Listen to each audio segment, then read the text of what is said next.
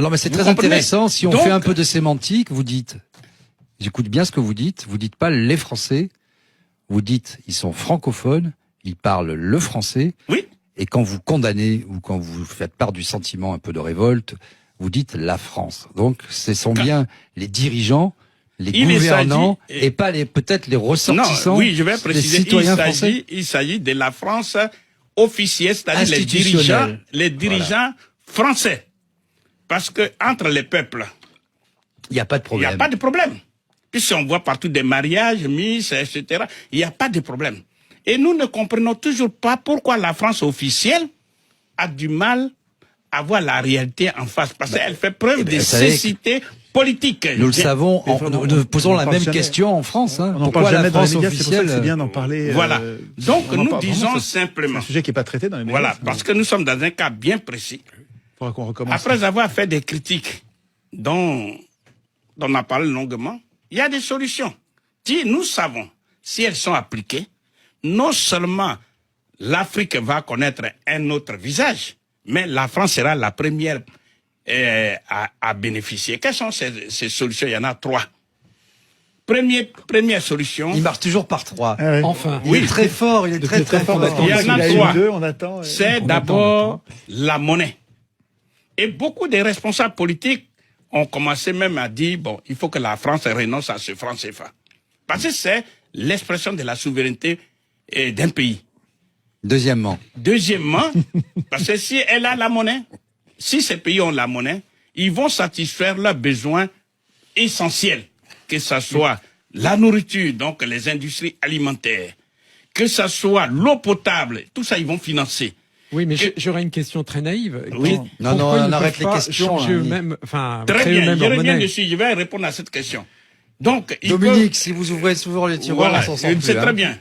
Non, c'est pas très bien. Non, il pose cette question, je vais lui répondre. Ce sont les auditeurs.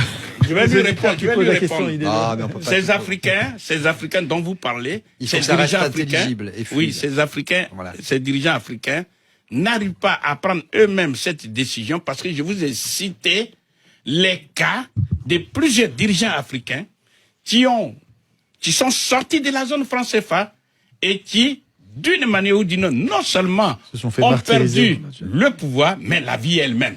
Se sont fait martyriser. Donc, c'est de ça, ils ont peur.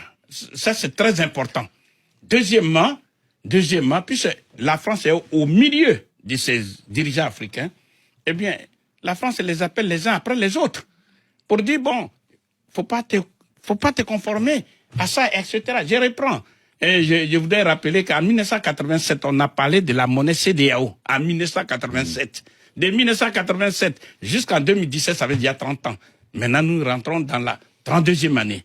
Bon. Mais en quoi c'est une solution? Là, vous êtes en train de dire ça, c'est la première solution, c'est le problème de la monnaie. Avec la monnaie, parce qu'on a notre monnaie, on a notre argent, on est encore dans la première monnaie. On peut financer ces besoins essentiels dont je parle, à savoir, par exemple, l'habitat. On peut construire des millions de logements. La main-d'œuvre est pléthorique, elle est disponible. L'espace vital se trouve en Afrique et non pas en France. Bah oui, ça c'est sûr. Bon, donc première solution, la monnaie.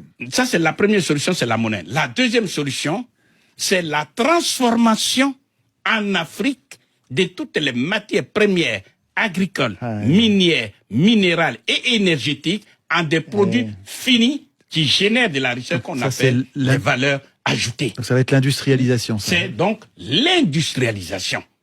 Voilà la deuxième solution. Parce que quand on a fait ça... C'est très clair. Et quand on a fait ça, je ne vois pas comment les Africains qui gagnent très bien leur vie en Afrique peuvent venir et se rendre ridicules en Europe, encore moins en France. Et la troisième solution, eh bien, on va utiliser cette monnaie pour financer de façon sérieuse l'unité des Africains, pour ne pas dire la formation des États-Unis d'Afrique. Parce que parmi tous les peuples, ceux qui ont besoin de plus d'unité, c'est bien les Africains. Puisque ce sont ces Africains qui ont été émiettés. C'est vrai.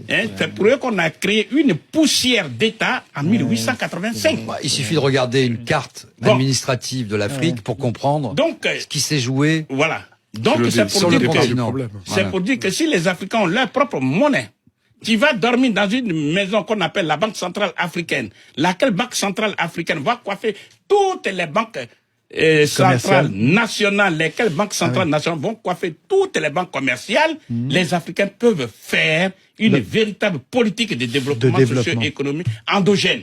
Et qui va faire des consommateurs solvables. Et comme je disais, les premiers bénéficiaires, ce sont les Africains, mais le premier pays européen qui va en bénéficier, c'est la France. Pourquoi? Parce que la France ne peut pas vendre des voitures qui coûtent cher à des corps faméliques. Des gens qui meurent de faim, on ne peut pas leur vendre des produits à grosse valeur ajoutée, que ce soit les machines, que ce soit l'électroménager. Quand les Africains seront économiquement solvables, mais ça va être un vaste marché. C'est grâce à ça, la France va combattre avec efficacité le chômage endogène, structurel qui sévit en France et dans les autres pays européens. Parce qu'il vaut mieux avoir affaire à des agents économiques solvables plutôt qu'avoir affaire à des gens qui sont faméliques. Ça va résoudre plusieurs problèmes. Non seulement sur le plan économique, mais je vais même plus loin, même si ça dérange. Entre l'Afrique et l'Europe, il y a 15 kilomètres. Vous comprenez que, à travers ces solutions, si les Européens, notamment les Français, refusent de faire preuve de cécité politique et ils appliquent ces trois solutions, il aura, et écoutez-moi très bien, la sauvegarde de la race blanche. Je m'explique. J'explique. Premier cas, nous savons sur le plan scientifique, le taux de fécondité masculin dans les pays européens. La démographie, c'est le sujet. Oui. Mais la première richesse d'un pays, c'est la démographie, c'est la population. On voit bien le cas de la Chine. Mais je vais expliquer ce problème. Premier cas, nous savons, dans les pays industrialisés, le taux de fécondité masculin a baissé de 60%. Ça, c'est un premier cas. Deuxième cas, c'est connu dans le monde entier. Plus on est riche, moins on fait d'enfants. Vous le savez. Donc, vous voyez bien que ça devient une culture. Le taux de fécondité des femmes, aujourd'hui, c'est 1,5 enfants par femme. En France, c'est un peu plus, c'est 1,7. Bon, on va dire 2 enfants. On ne va pas pinailler sur ça. Donc, 2 enfants. Donc, si on enrichit les Africains, ils vont baisser le taux de fécondité. 7 enfants. Ouais. Vous comprenez? Troisièmement, il ne s'agit pas de faire ce qu'on appelle un jugement des valeurs, non. Mais c'est un fait. Aujourd'hui, on a légalisé l'homosexualité aussi bien en France comme partout. Quand un homme épouse un homme, il n'y a pas d'enfant. Quand une femme épouse une femme, il n'y a pas d'enfant. Ce sont des faits. Et alors? Et bon, donc vous comprenez que quand on a fait ça, et maintenant, il y a un appel, c'est le quatrième facteur, un appel de l'immigration volontaire par ces pays comme la France. Pourquoi? Parce que quand on met le feu en Côte d'Ivoire, on met le feu dans les autres pays africains. Mais l'instinct de la conservation de l'espèce humaine exige qu'on fuit. Mais c'est ce qui se passe dans le reste du monde. Mais oui. Donc, en organisant de façon scientifique la pauvreté et la violence dans ces pays africains, eh bien, la France et les autres pays africains, non, les autres pays européens. Font appel à l'immigration africaine. Oui, oui. Or, quand un Africain noir épouse une femme blanche, l'enfant qui sort est un métis.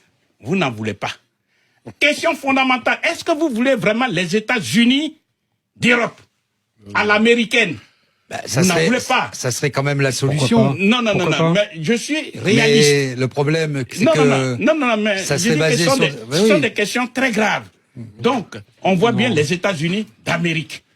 Quand le Kenya, en la personne de Obama, a pris une fois, 2 fois les États-Unis d'Amérique, est-ce que c'est ce que les Européens veulent?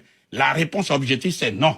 Donc, il faut simplement regarder la réalité en face. J'ai trouvé plus bavard que moi. Si vous voulez la conservation de la race blanche dans les années à venir, parce qu'à moins d'un siècle, bon, je vais être gentil, en moins de 2 siècles, si ça continue, vous serez minoritaire ici. Moi, les races. Et c'est ça qui va se passer. Donc, nous qui avons. C'est un peu nazi comme idée. Et nous qui vivons ici en France, nous qui avons nos enfants, nous qui savons que quand une main humaine ne s'est pas introduite dans un coin de brousse, 100 ans plus tard, non seulement la brousse reste la brousse, mais elle devient une forêt vierge. Ça veut dire quoi objectivement?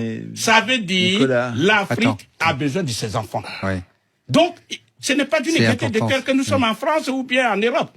On veut retourner en Afrique. Et c'est même conseillé, parce qu'il y a de l'espace vital. Tout ce qu'on demande à la France, on ne lui demande pas un seul centime.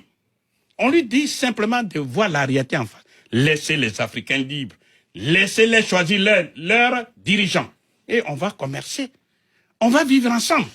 Ce que les dirigeants officiels français ne comprennent pas. C'est ça. Sinon, ce n'est pas parce qu'on a une maladie des Français. Non. Les peuples français et africains s'entendent parfaitement. Ce sont les dirigeants français qui mettent le feu.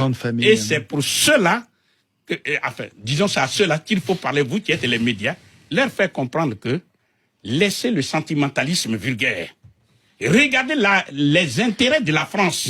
Les dirigeants français mettent le feu chez nous aussi. Hein. Pardon? Ils mettent le feu chez nous aussi, les dirigeants français. Chaque pays a un problème. Pas seulement les dirigeants français. Mais ce que nous sommes en train de dire, arrêtez de faire ce qu'ils font. Parce que les Africains, de 1900, il y a beaucoup qui ont fait des études aujourd'hui. Il y en a qui sont des professeurs, qui sont des médecins, etc. Toutes ces forces africaines ont besoin de rentrer en Afrique. Ce n'est pas en mettant le feu. Donc, il y a ce qu'on appelle un retour de bâton. Et j'aimerais que la France officielle comprenne ses intérêts objectifs. Bon, écoutez, je vous propose, je vais présenter les ouvrages, Étienne. Oui.